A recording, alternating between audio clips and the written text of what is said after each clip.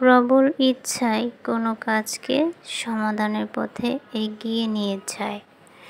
মানুষ তার লক্ষ্যে পৌঁছতে পারে যদি তার ইচ্ছা প্রবল হয়। জীবন পুষ্পসজ্জা নয়, পৃথিবী এক সংগ্রাম ক্ষেত্র।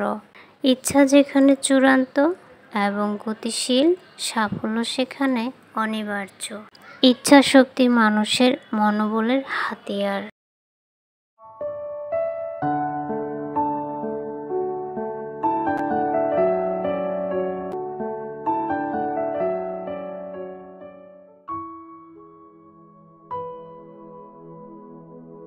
আসসালামু আলাইকুম, আমি সালমা গাজীপুর থেকে বলছি।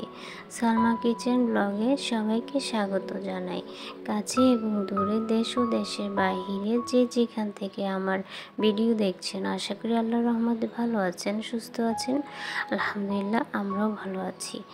আবারও চলে আসলাম আরও একটি নতুন ভিডিও নিয়ে আপনাদের সামনে। আশা করি ভিডিও শুরু থেকে শেষ পর্যন্ত থাকবেন।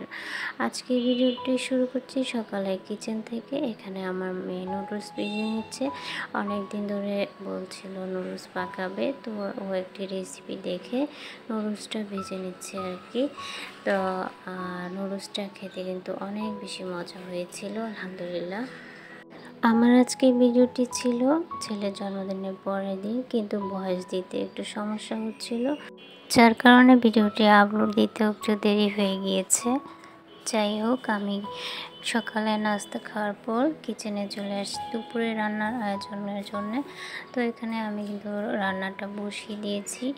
আমি চুলায় পেঁপে ভাজি বসিয়ে দিয়েছি, আর পাশের চুলাতে মাছ ভেজে নিয়েছি, পাবদা মাছ আর কি। যারা আমার ভিডিওটি দেখা শুরু করেছেন তারা প্লিজ একটি লাইক দিয়ে দেবেন যদি ভুলে থাকেন। আর যারা নতুন দেখছেন, যদি আমার ভিডিও ভালো লাগে আমার চ্যানেলটি সাবস্ক্রাইব করে আমার পাশে থেকে যেতে পারেন। আমি একটি নির্দিষ্ট সময় পার করে আপনার পাশে চলে আসবো ইনশাআল্লাহ। এখানে হচ্ছে আমি কিছু সবজি কাটিয়ে রেখেছিলাম। আজকে ডাঁটা পাকাবো মাছ দিয়ে, আর হচ্ছে এখানে রয়েছে বরবটি আর আলু ভাজি করার জন্য, আর রয়েছে কিছু পটল কেটে নিয়েছি, ফ্রিজে ছিল ওগুলো কাটিয়ে নিয়েছি, পরের দিন পাকাবো এজন্য। আর এখানে রয়েছে মশলার পট। আমি যেহেতু নিজে কাটাকাটি করি না, তাই এখন থেকে কাটিয়ে রাখি। আর কিছু পেঁয়াজ কাটিয়ে নিয়েছি আজকে রান্নার জন্য, সাথে কিছু কাঁচামরিচও কাটা আছে। এরপর আমি ডাইনিং টেবিলে চলে আসি। ডাইনিং টেবিলে প্লেট, বাটি, মগ, জগ সব কিছু রয়ে গিয়েছে, তো এগুলো আমি তুলে রাখবো। আর আমার মেয়ে যে সকালে নাস্তা বানিয়েছিল তার উপকরণগুলো রয়ে গিয়েছে, এগুলো সরিয়ে নিব আর কি। ডাইনিং টেবিলে অতিরিক্ত জিনিসপত্র রাখলে ভালো দেখায় না, দেখতে ভালো লাগে না, তাই এগুলো আগে সরিয়ে নিচ্ছি। আর আমি ওদিকে কিন্তু রান্না বসিয়ে দিয়ে এসেছি, তো এগুলো এখন আমি সরিয়ে নিচ্ছি।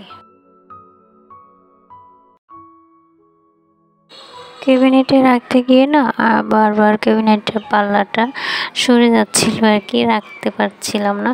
তারপর আমার ছেলে এসে এক পাশ থেকে ধরে রেখেছে, তারপর আমি প্লেটগুলো রাখতে পেরেছি। আমার গত ভিডিওতে অনেক আপুরা কমেন্ট করেছেন, আমার ছেলের জন্য দোয়া করেছেন, ভালোবাসা প্রকাশ করেছেন। সেজন্য সব আপুদেরকে অনেক ভালোবাসা, সম্মান, শ্রদ্ধা জানাই আমার পক্ষ থেকে। আর আমি চাই এভাবে আমার পাশে সবাই থাকুক। অন্যদিকে কিন্তু আমার রান্নাটা হয়ে গিয়েছে, আমি একটু ঢাকনা খুলে দেখিয়ে দিচ্ছি। আমার তরকারিটা হয়ে গিয়েছে, আর এখানে ভাত বসিয়েছিলাম, ভাতটাও হয়ে গিয়েছে, আর এই যে ভাজিটাও হয়ে গিয়েছে। আর পাশাপাশি আমি রান্না করার পর যে প্লেট বাটিগুলো বের হয়েছিল ওগুলো আমি ক্লিন করে রেখে দিয়েছি আর কি। এরপর হচ্ছে আমি ওয়াশরুমে চলে আসি। এখানে হচ্ছে আমার আর কিছু গাছ বাকি ছিল পরিষ্কার করার, এগুলো আজকে পরিষ্কার করে নিচ্ছি। আর বাকি 2টা গাছ পরিষ্কার করার ভিডিও আগে ছিল, ওটাও এখানে অ্যাড করে দিয়েছি। যেহেতু আমি বলেছিলাম প্রতিটি গাছ পরিষ্কার করব আর আপনাদের সঙ্গে সেটা শেয়ার করব, তাই শেয়ার করলাম আর কি।